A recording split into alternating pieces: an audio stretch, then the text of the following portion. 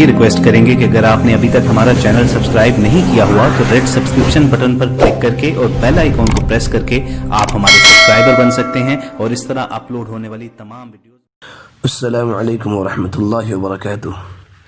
उम्मीद है कि आप लोग खैर आफियत से होंगे मेरे अजीज़ दोस्तों, और दुआ भी करते हैं कि अल्लाह ताला हम लोगों को खैर आफियत से रखे और शरीयत के मुताबिक ज़िंदगी गुजारने की तौफीक अता फरमाए। मेरे अजीज़ दोस्तों, कल का मेरा मौजू था माह ताहिर मुताहिर की कितनी किस्में हैं और उसके अहकामात क्या हैं। मेरे अजीज़ दोस्तों, आज का जो मेरा मौजू है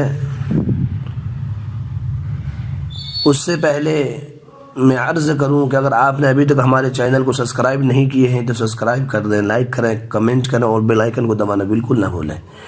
मेरे अजीज़ दोस्तों, आज का जो मेरा मौजू है वो है बड़े हौज़ का रकबा। बड़े हौज़ का कितनी रकबा होना चाहिए। दूसरा है हौज़ की कितनी गहराई होनी चाहिए। तीसरा है हौज़ में नियासत गिर जाए तो क्या करे। चौथा है नियासत का असर पानी में ज़ाहिर हो जाए तो क्या करे। और पांचवा है माए कलील, यानी थोड़े पानी में अगर निजासत गिर जाए तो क्या हुक्म है। और छठा है खून वाला जानवर पानी में गिरकर मर जाए तो क्या हुक्म है उसका। और सातवां है पानी में मरा हुआ जानवर पाया गया तो क्या करें। मेरे अजीज़ दोस्तों, पहले मसले को मैं बयान करने जा रहा हूँ कि बड़े हौज़ का कितना रकबा होना चाहिए। बड़े हौज़ जो माए जारी के हुक्म में होता है और जो नजासत गिरने से नापाक नहीं होता, उसका मदार अगरचे पानी की कसरत पर है, लेकिन फुक़हा ने सहूलत के लिए उसका ऊपरी रकबा कम अज़ कम 10 हाथ लंबाई चौड़ाई बराबर 40 ज़राए मुरब्बा मुतय्यन किया है।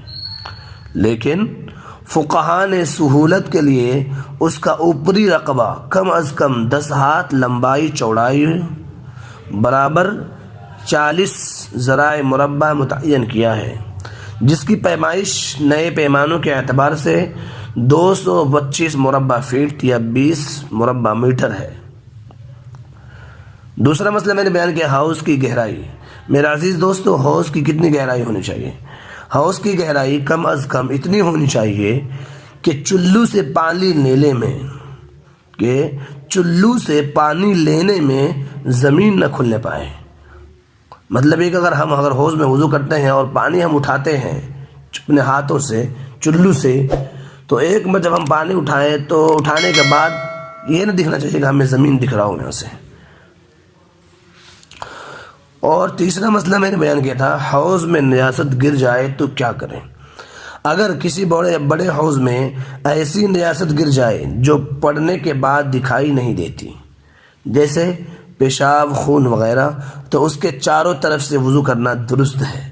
और अगर ऐसी निजासत पड़ जाए जो नज़र आती है जैसे मुर्दार जानवर, तो उसके करीब से वज़ू ना करे, लेकिन दूसरी जानिब से वज़ू कर सकता है। अलबत्ता अगर इतनी मिक़दार में निजासत गिर जाए कि पूरे हौज़ का रंग या जायका या बू बदल जाए तो सारा हौज़ नापाक हो जाएगा।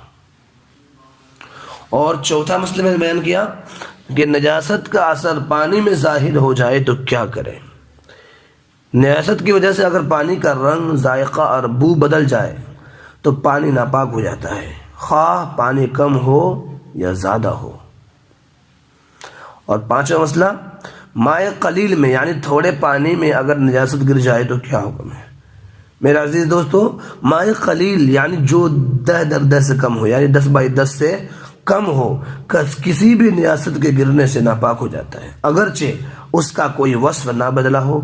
मसलन बड़ी बाल्टी या टप में एक कतरा पेशाब गिर जाए तो वह नापाक हो जाएगा, अगरचे पेशाब का असर जाहिर ना हो रहा हो। और छठा मसला खून वाला जानवर पानी में गिर कर मर जाए तो क्या करे। अगर माए कलील यानी थोड़े पानी में, मसलन कुआं, टंकी या मटका वगैरह में ऐसा जानवर गिर कर मर जाए जिसमें खून होता है तो वह नापाक हो जाएगा, वो पानी नापाक हो जाएगा। मसलन कबूतर, चिड़िया, चूहा वगैरह।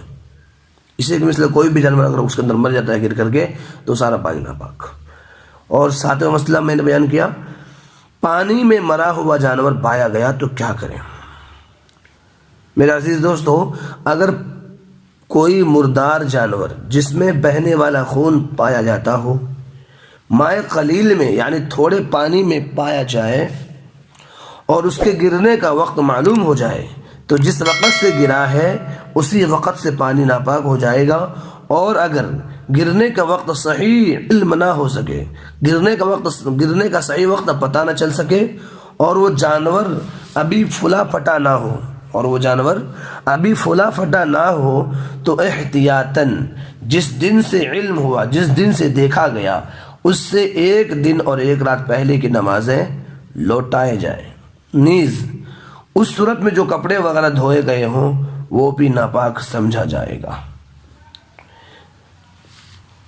میرے عزیز دوستو، آج جو میں نے 7 مسئلے بیان کیے ہیں یہ چھوٹے چھوٹے مسئلے تھے میرے عزیز دوستو، اسی سے چند مسئلے اور متعلق ہیں ابھی جو میں انشاءاللہ کل کے آڈیو بیان کروں گا۔ آج کے لیے اتنا ہی کافی، مگر جانے سے پہلے میں عرض کر دوں کہ اگر آپ نے ابھی تک ہمارے چینل کو سبسکرائب نہیں کیا ہے میرے عزیز دوستو تو سبسکرائب کر لیں، لائک کریں، کمنٹ کریں اور میری حوصلہ افزائی کریں اور دعا کریں کہ اللہ تعالیٰ میرے علم کے اندر ترقی عطا فرمائے، برکت عطا فرمائے اور ہم تمام امت مسلمہ کو صحیح طور پر زندگی گزارنے کی توفیق عطا فرمائے، شریعت مطہرہ کے مطابق زندگی گزارنے کی توفیق عطا فرمائے۔ آج کے لیے اتنا ہی کافی، اللہ حافظ، السلام علیکم ورحمۃ اللہ۔ یہ ریکویسٹ کریں گے کہ اگر آپ نے ابھی تک ہمارا چینل سبسکرائب نہیں کیا ہوا تو ریڈ سبسکرپشن بٹن پر کلک کر کے اور بیل آئیکن کو پریس کر کے آپ ہمارے سبسکرائبر بن سکتے ہیں اور اس طرح اپلوڈ ہونے والی تمام ویڈیوز